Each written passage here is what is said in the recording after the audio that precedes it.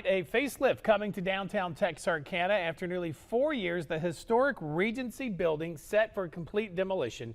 Some business owners and workers we talked to said it's overdue. Texarkana residents will soon see some needed demolition downtown. The city hired a new company to clear the site of the historic Regency building on the Arkansas side. Back in 2019, that historic building collapsed and left a big hole on East Broad Street. No, sir, it hadn't affected my business, but it's an eyesore for the community. The city has allocated $450,000 for the project. City Public Works Director Tyler Richards said it's taken so long to get this work done because they had to get a second contractor after the original contractor did not complete the job. I love it. I'm glad they're cleaning up because, it's an eyesore for everybody.